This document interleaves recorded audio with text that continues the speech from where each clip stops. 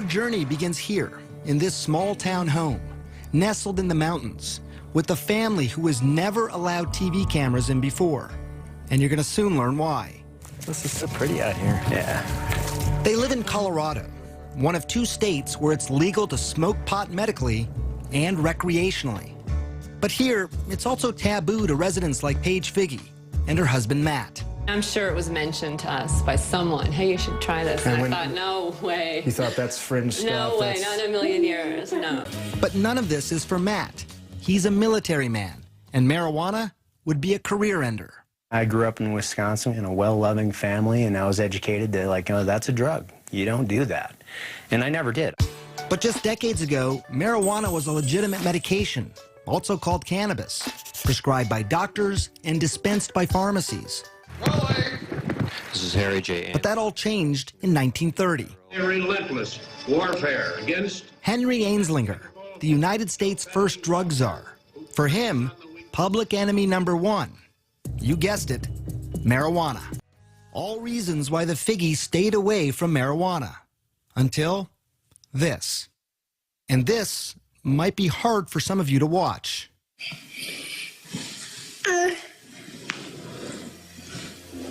It's okay, baby. This is their daughter, Charlotte, having a seizure. We just thought it was just one random febrile seizure. Nothing to really do, Right. no medications. It's a fluke. Right. A fluke made sense. After all, Charlotte, nicknamed Charlie, was born perfectly healthy, a fraternal twin to sister Chase. Charlie always had big, big smiles. Just happy kids. Easy. Yeah, easy. Very much so. So it was around 3 months, you said, that when you Yeah. first noticed that Yeah. Charlie had a seizure. I was changing her diaper, well, putting a new diaper on from after the bath, and her eyes just started flickering. It led to the first of many trips to the ER. They did the $1 million workup, the MRI, EEG, spinal tap. You know, they did the whole workup and found nothing and sent us home. No abnormal blood test, no abnormal scan. And developing normally, too. You know, talking and walking, and the same day as her twin. Nothing was behind yet. By the time she was 2, though, the seizures had become constant and started to take their toll on their once happy, joyful little girl. She started to really decline cognitively, and she was slipping away, and she just wasn't keeping up with her twin. The Figges finally found an answer. It was awful news. Dravet syndrome. It is severe, intractable epilepsy. The seizures start during the first year of life and are unstoppable, difficult to control, and very damaging. Severe behavioral problems, attention deficit and hyperactivity, the self-injury, you know, banging her head on the floor and pulling her hair out, and like a possessed child. This isn't your perfect, happy Charlotte. It was a race against time. Many Dravet kids die young, in early childhood. Charlotte was almost 3. For the next 2 years, the Figges tried everything. Strange diets, acupuncture, and dozens of powerful drugs like Valium, Ativan, phenobarbital. But nothing seemed to help. Even worse, some of the medications nearly killed her. After 1 dose, she stops breathing, and after 2 doses, her heart will stop. Did you have to do CPR then on her yourself? Yes. I remember when her heart stopped and I had her pulse and I lost her pulse. There was just nothing. The ambulance is on its way. She survived. You're okay. Mommy's here. But now it was fall of 2011, and Charlotte was 5 years old. When things were at their worst, she just sees all night, and the kids are sleeping either in my room or next door. They can hear her, the seizure scream all night, 50 times a night. And Chase would come in the morning and just, this is her twin, and just hug her and like rub her head and say, I'm just so glad you survived through the night last night. Matt had been deployed to Afghanistan, and the only thing he could do to help was start scouring the internet. And he stumbled onto this video of a child using marijuana. So how's everything going? Jaden had 4 days without a seizure. I'm like, wow, having success on specifically Dravet, this is interesting. It's natural.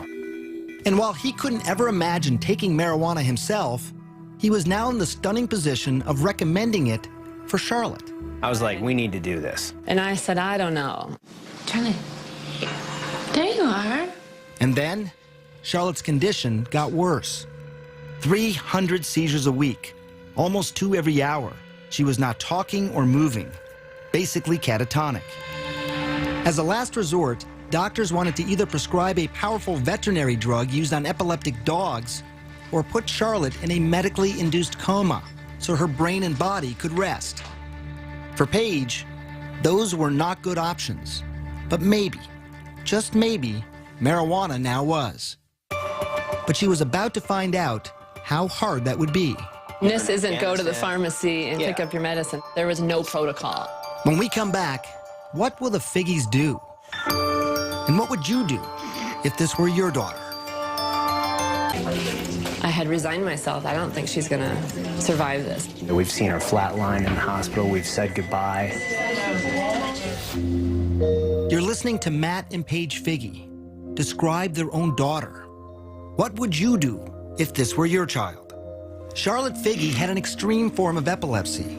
Her body was so frail that any seizure could kill her. With no traditional treatment left to try and the clock ticking away, her parents decided to try marijuana. Charlotte was just 5 years old. You need a card in order to be able to get the cannabis from a pharmacy. Doctors have to prescribe it. You need 2 doctors in Colorado to get the card for a juvenile or a child. It was hard. We were the first young child, and they said no. Everyone said no, no, no, no, no. Certainly her age played a role in my hesitance. Dr. Alan Shackelford is a Harvard-trained physician.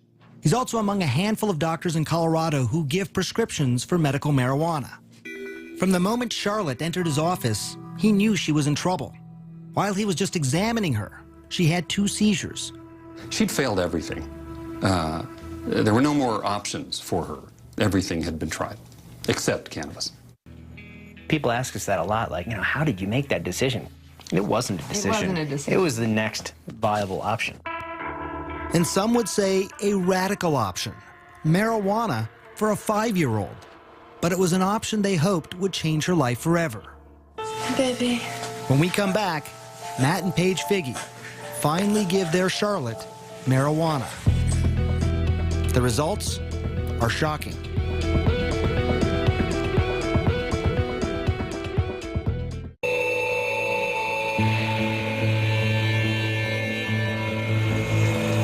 It was January 2012, Afghanistan.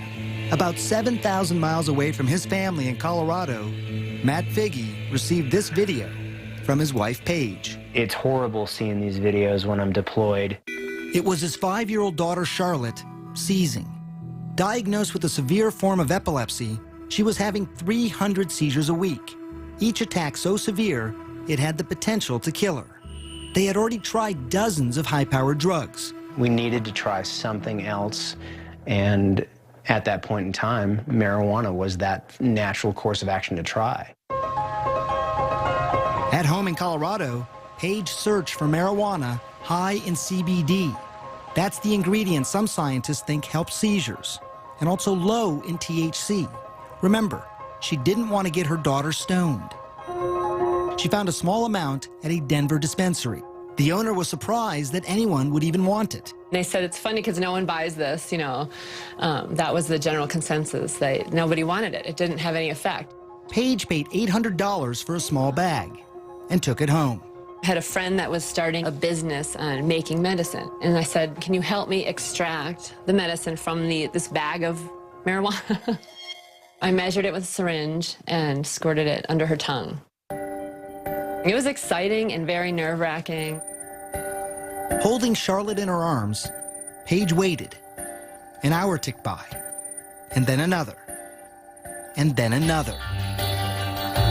She didn't have a seizure that day, and then she didn't have a seizure that night. Did you sit there and look at your watch? And... Right, I thought, this is crazy. And then she didn't have one the next day, and then the next day, and I thought, she would have had 100 by now. And I just thought, this is insane. I remember how happy Paige was, like, it's really working. I can't believe it. Yeah, that was pretty amazing to hear. It had worked. But in just a couple of weeks, the excitement was overshadowed by panic. Paige was running out of marijuana, and the dispensary didn't have any more of that particular strain. Even if there was more, the monthly price tag would have been astronomical, $2,000, and not a penny of it covered by insurance. But then Paige heard about the Stanleys, the 6 brothers, and their greenhouse of marijuana that is high in CBD. I said, oh my goodness. He says, I don't know what to do with it. We're trying new things with it, but no one wants it. It's not sellable. I said, just don't touch that, just we need that plant. At first, they didn't want to take the risk of giving marijuana to such a young child. But then they met her. Tell me about the first time you met Matt, Paige, and Charlotte. I'm gonna get you misty-eyed. Yeah, you get all of us crying when we start talking about that little girl. The Figgies had hit the jackpot, a steady supply of high CBD marijuana, and they only had to pay what they could afford. People have called us the Robin Hoods of marijuana. They say that we sell pot so that we can take care of the kids and the truly less fortunate. Charlotte was the first of those kids. Late spring 2012, she tried the Stanley Special Marijuana, and again, it worked. I can't tell you what that means to us. Get you a dozen in a little bit. If it doesn't get you, something's wrong with you. She lived her life in a catatonic state. Now her parents get to meet her for the first time. What a revelation. Yeah, gee. The child who had had 300 seizures a week was now down to just 1 every 7 days. Pitter-pat, tiptoe. When I first met Charlotte, March of 2013, it was 1 year after that first dose of marijuana. Achoo! After almost 2 years on a feeding tube, she was now eating on her own. Yellow? Do you still wonder too, Matt? Hell no. You know it's working. It's working great. You just look wonderful. And Charlotte's doctor, Alan Shackelford, also agrees. Yet his commitment to medical marijuana has drawn criticism. He's even been called Dr. Feelgood. And it's research that could give hope to patients like Charlotte Figgy. I made it.